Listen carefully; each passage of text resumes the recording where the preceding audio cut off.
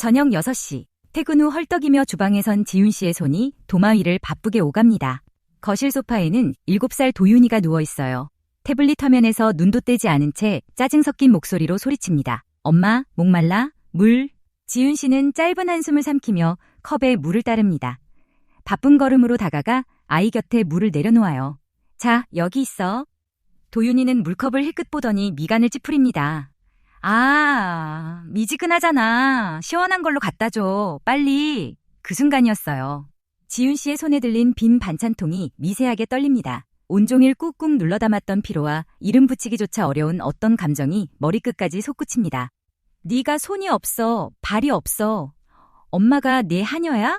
당장 네가 갖다 먹어. 벼락 같은 소리에 도윤이는 울음을 터뜨리고 지윤 씨는 씩씩거리며 뒤돌아 가슴을 칩니다.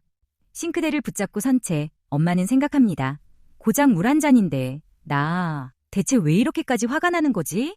이 장면 낯설지 않으실 거예요.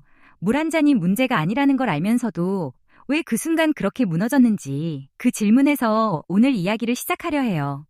지윤 씨와 남편 민수 씨는 처음부터 이런 부모가 되려 했던 건 아니었어요. 아이가 어릴 적 혀 짧은 소리로 엄마 이거 해주세요 하면 그 모습이 너무 예뻐서 뭐든 들어주었죠. 양말을 신겨주고 숟가락에 반찬을 올려주고 떨어진 장난감을 대신 주워주었어요.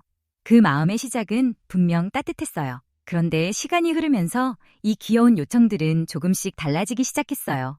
부탁이 지시가 되고 감사가 당연함이 되고 어느 날부터 아이의 말에는 기다림이 사라졌어요. 식사 시간이면 돌아다니는 도윤이를 쫓아다니며 밥을 먹여주는 아빠 민수 씨. 퇴근 후 피곤한 몸을 이끌고 놀아주려 해도 아이는 아빠는 그것도 못해? 저리 가라며 밀쳐냅니다. 엄마 지윤 씨 역시 아이의 짜증 섞인 요구를 군말 없이 따르며 하루하루 눈치를 봐요. 집안의 중심은 어느새 완전히 아이에게 넘어가 있었어요. 부모는 아이를 사랑하기 때문에 다 해주었는데 어느 순간 자신도 모르게 아이의 요구를 들어줘야만 평화가 유지되는 자리에 서 있게 된 거예요.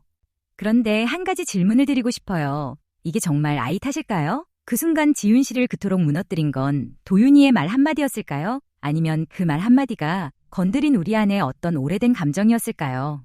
아이가 잠든 밤, 거실에는 무거운 정적이 흘러요. 흩어진 장난감을 치우던 지윤 씨는 눈물을 훔치며 생각합니다. 내가 도대체 뭘 잘못한 걸까? 이렇게 다 해주는데 왜 애는 점점 이렇게 되는 걸까?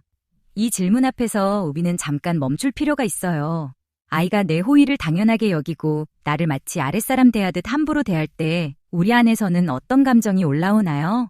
그저 예의가 없다는 화를 넘어서는 훨씬 더 깊고 서늘한 무언가가 스쳐 지나갈 거예요. 그 감정에는 이름이 있어요. 첫 번째는 이거예요. 내가 내 집에서 내 아이와의 관계에서조차 쩔쩔매고 있다. 온종일 참고 버티고 기다렸는데 집에 와서도 끌려다니고 있다는 느낌. 내가 아무 힘도 없는 것 같은 그 무력감이요. 두 번째는 이거예요. 밖에서 온갖 걸 꾹꾹 눌러 참으며 돌아왔는데 내가 가장 사랑하는 아이에게 마저 무시당했다. 이 감정은 결국 이런 질문으로 이어져요. 나는 좋은 부모가 아닌 걸까? 상담 심리학에서는 이 순간을 이렇게 설명해요. 아이가 선을 넘을 때 부모가 폭발하는 진짜 이유는 아이를 교정하려는 이성적인 목적이 아닙니다. 내 안에서 무너진 자존감과 불안을 지키려는 아주 본능적인 반응에 가깝다고요. 그래서 그 순간의 분노가 그토록 크고 뜨겁고 감당이 안 되는 거예요. 이건 여러분 잘못이 아니에요. 다만 그 감정의 뿌리를 알게 되면 우리는 조금 다르게 반응할 수 있게 돼요. 그렇다면 도윤이는요? 엄마 아빠를 힘들게 하는 이 아이의 마음 안에는 대체 무슨 일이 벌어지고 있는 걸까요? 7살 도윤이는 지금 부모를 의도적으로 괴롭히려는 게 아니에요. 발달심리학과 뇌과학은 이렇게 설명해요. 아이들의 뇌에 특히 충동을 조절하고 타인의 마음을 헤아리는 아피마 쪽에 있는 전두엽이 아직 한창 자라고 있는 중이에요. 이 시기의 아이들은 끊임없이 부모의 경계를 두드리며 확인합니다. 내가 이렇게까지 해도 엄마 아빠는 나를 지켜줄 만큼 단단할까? 이 세상은 내가 마음대로 해도 될 만큼 안전한 곳일까? 만약 이때 부모가 아이의 요구를 무조건 다 수용해주면 어떻게 될까요? 겉으로는 아이가 이긴 것처럼 보여요. 하지만 아이의 마음속은 오히려 극도로 불안해집니다.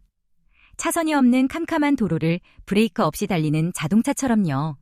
나를 안전하게 막아줄 거대한 울타리인 부모가 나보다 나약해 보일 때 아이는 두려움에 휩싸여 더 크게, 더 억지스럽게 부모의 힘을 확인하려 들어요.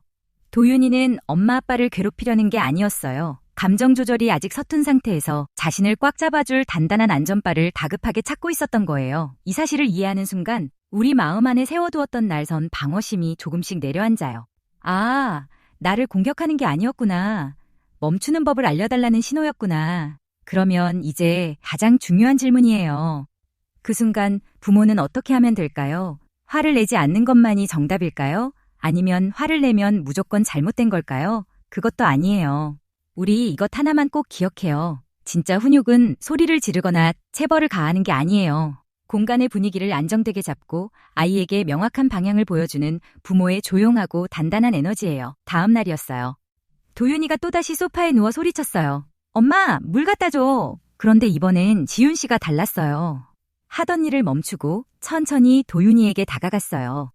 거리를 좁혀 아이 곁에 앉은 뒤 가볍게 어깨를 짚으며 눈을 맞췄어요. 도윤아, 잠깐 화면 멈추고 엄마 눈 볼까? 멀리서 소리치는 게 아니었어요. 가까이 다가가는 것 그 자체가 이미 달라진 시작이었어요. 지윤 씨는 조용히 말했어요. 게임하느라 바빠서 시원한 물 마시고 싶었구나. 목 많이 말랐지? 마음을 먼저 읽어주었을 때 도윤이의 몸에서 긴장이 조금 빠져나갔어요. 그 다음 지윤 씨는 짧고 흔들림 없이 말했어요. 하지만 물은 스스로 따라 마시는 거야. 엄마한테 소리치며 시키는 건 들어줄 수 없어. 화를 내는 게 아니었어요. 사실을 전달하는 거였어요. 짧게, 조용하게, 흔들림 없이. 그리고 마지막으로 이렇게 덧붙였어요. 엄마는 도윤이가 충분히 할 수 있다고 믿어. 주방으로 와. 명령이 아니라 신뢰였어요. 도윤이는 잠시 머뭇거리다가 소파에서 일어났어요. 이 작은 변화가 그날 지윤 씨에게는 아주 오랜만에 자신이 부모로 서 있다는 느낌을 돌려주었어요. 상담 심리학에서는 부모가 서야 할 자리를 이렇게 말해요. 너무 멀리 밀어내지도 않고 너무 만만하게 곁을 내주지도 않는 자리. 아이가 이렇게 느끼는 자리예요. 엄마는 나를 사랑하는데 함부로 대하면 통하지 않는 사람이야. 그리고 여기서 아빠의 역할이 정말 중요해요. 민수 씨가 엄마 말이 맞아. 우리 도윤이는 스스로 할 수 있어라고 조용히 한마디를 보태줄 때 아이에게 전달되는 안정감은 배가 돼요. 한쪽이 애쓰고 한쪽이 허무는 구조가 아니라 부모가 같은 방향을 바라보고 있다는 것 자체가 아이에게는 가장 든든한 울타리가 됩니다.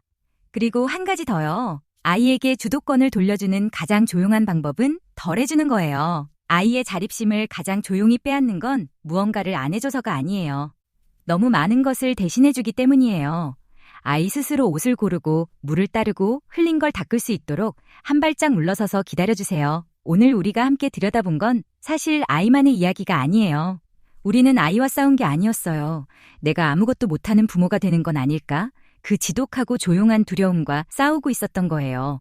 진정한 양육은 모든 걸 내어주며 헌신하는 것도 아니고 억압적으로 아이를 통제하는 것도 아니에요. 부모 자신의 마음을 먼저 들여다보고 자신의 경계를 단단히 세워가는 과정이에요. 흘린 물, 엎어진 반찬, 신발끈 못 묶는 실수들. 이런 일상의 작은 실패들은 아이 스스로 겪도록 두세요. 넘어져서 무릎이 조금 까지더라도 스스로 털고 일어나는 법을 배우는 것.